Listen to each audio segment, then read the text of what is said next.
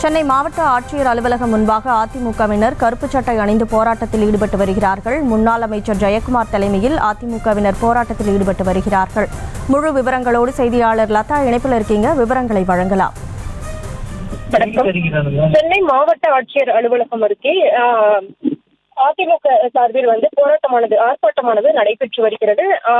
கள்ளச்சாராய புழக்கத்தை தடுக்க தவறியதாக திமுக அரசை கண்டித்து இத்தகைய போராட்டமானது நடைபெற்று வருகிறது.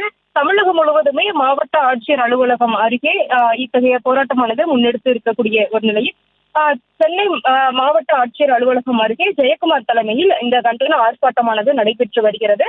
கள்ளச்சாராய புழக்கத்தை திமுக அரசு தடுக்க தவறியதாக குறிப்பிட்டும், அதே போல தற்பொழுது கள்ளக்குறிச்சியில் அரங்கேறி இருக்கக்கூடிய அந்த மரணங்களுக்கு பொறுப்பேற்று முதலமைச்சர் மு க ஸ்டாலின் பதவி விலக வலியுறுத்தியும், அதே மாதிரி சிபிசிஐடி விசாரணை என்பது நடைபெற்று வரக்கூடிய ஒரு நிலையில் சிபிஐக்கு இந்த விசாரணை நடத்த வலியுறுத்தியும் இத்தகைய ஆர்ப்பாட்டமானது நடைபெற்றது. முக்கியமாக சென்னை மாவட்டத்தில் நடைபெறக்கூடிய இந்த ஜெயக்குமார் தலைமையில் நடைபெறக்கூடிய இந்த ஆர்ப்பாட்டத்தில் மாவட்ட செயலாளர்கள் ஆதி ராஜாராம், டி நகர் சத்யா, விருகை ரவி, பாலகங்கா, RS ராஜேஷ், அதே போல வேளச்சேரி அசோக், வெங்கடேஷ் பாபு, அதே போல பார்த்தோம் என்றால் பல முக்கிய நிர்வாகிகள், முன்னாள் அமைச்சர் கோகுலேந்திரா உள்ளிட்ட பல்வேறு முக்கிய நிர்வாகிகள் கூட பங்கேற்று திமுக அரசுக்கு எதிராகவும் அந்த கள்ளச்சாராய விவகாரத்தை குறிப்பிட்டும் பல்வேறு முழக்கங்களை எழுப்பி ஆர்ப்பாட்டத்தில் ஈடுபட்டிருந்தார்கள். கருப்பு சட்டை அணிந்தவாறு கீழே தரையில் அமர்ந்தும் ஜெயக்குமார் உள்ளிட்டோர் தரையில் அமர்ந்தும் திமுக அரசுக்கு எதிராகவும், அதே போல அந்த கள்ளச்சாராய மரணங்களுக்கு பொறுப்பேற்று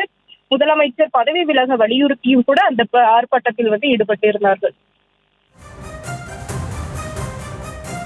விவரங்களுக்கு நன்றி லதா.